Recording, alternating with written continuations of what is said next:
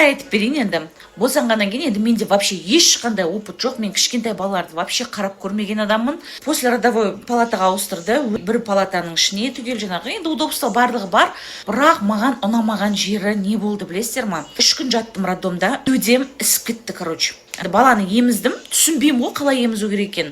Не врачтар келіп түсіндірмейді, не ештеңке айтпайды. Енді емізіп қоям, әйтеуір бала еміп жатыр деп ойлап жатырмын ғой. Сөйтсем, оказывается, менде сүт шықпаған. Сүт келіп тұр, бірақ ана уыз қатып қалғанда шықпаған, бала еме алмаған. Памперс кигіз қойдым. Тексерем барып, памперсына сесе басқа памперс ауыстырайын деп сөйтсем, памперс құрғақ сияқты, вроде как будто симеген сияқты ма, түсінбедім, короче. Врачтар күніне сол бір рет таңертең келіп тұрды, баланың Ерасылдың көзіне тетрациклин жағып отырды. Сұраймын да, бала сиді ма десем, нормально все дейді. Орыстар мен еще андай кішкене ұялшақ болдым ана бір нәрсе сұрауға. Сөйтіп бір рет сұраймын, сиді ма деп, нормально все сиеді ана мынау дейді. Екінші күн өтті, үшінші күн, үш күн роддомда жаттым. Сол кезде бір ретте симеген Ерасыл. Бір ретте кака демеген. Памперсы түгел сухой ғой. Түсінбеймін, памперс сиген памперс қандай болу керек, симеген памперс қандай болу керек. Өйткені ұстасам, жұп-жұқа ешқандай су вроде жоқ сияқты. Потом үйге барып бірақ түсіндім ғой, оказывается, Ерасыл вообще симеген, кака демеген и ембеген, менен сүт шықпаған, аш жатқан ғой 3 күн бойы бала. Сонда врачтардың өздері соны көріп айтпағанда,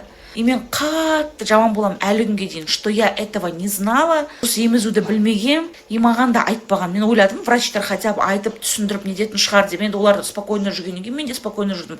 3 күн бойы бала шырылдап жылады ғой, ұйықтамай жылайды.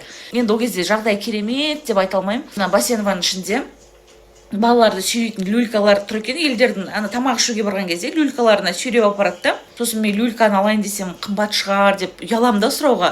Люлька берген жоқ маған, мен де сұраған жоқпын. Мен ұялдым, қымбат деп айтама деген сияқты. Блин, жындым ғой. Пеленальный столикта ұйықтады. Өйткені бірақ кушетканы да кішкентай, оған қасыма жатса басып нетіп қалам ба, бір жерін мұжып қоям ба деп қорқам. Пеленальный столикта ұйықтады Ерасыл. Мен үйге келгеннен кейін, оказывается, мен уызым до такой степени кеудем ісіп кеткеннен, кеудені майлап тұру керек екен, оказывается, босанғанға дейін дайындау керек екен. Мен дайындамағам еш нәрсе. Кеудем түгел жарылып, қанап, сүт шықпайды. Ятта болса айтайын, сестренкам еміп түкірді, сүтті шығару керек болды. И массировать ет, мамамның әпкелері келіп көмектесті. Тас шеге болып қалған ғой, до такой степени. Уже жарылайын деп, мен өлейін деп жатырмын ғой, ана ауруды айта алмаймын мен енді.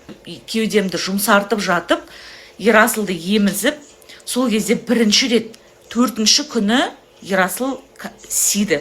Күні бірінші рет кака деді, қара. Олар байқамады деймін да, мен первородка мен білмей тұрмын да, мен түсінбей тұрмын.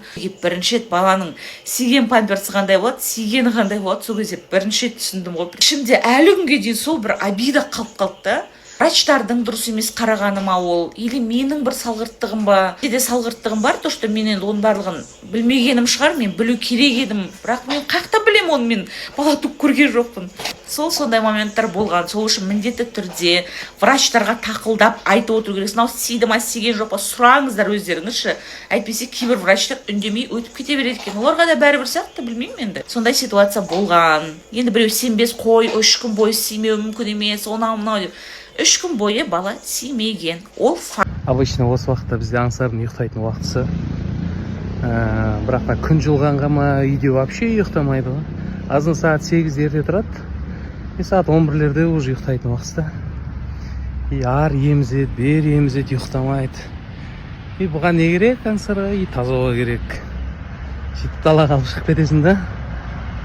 Далаға алып шықсаң резко ұйықтайды ғой, короче. В общем, короче, гибкий мрамор таңдап жатырмыз. Чувствую, 10 тысяч. Мен ештеме заказ бермеп едім. Көп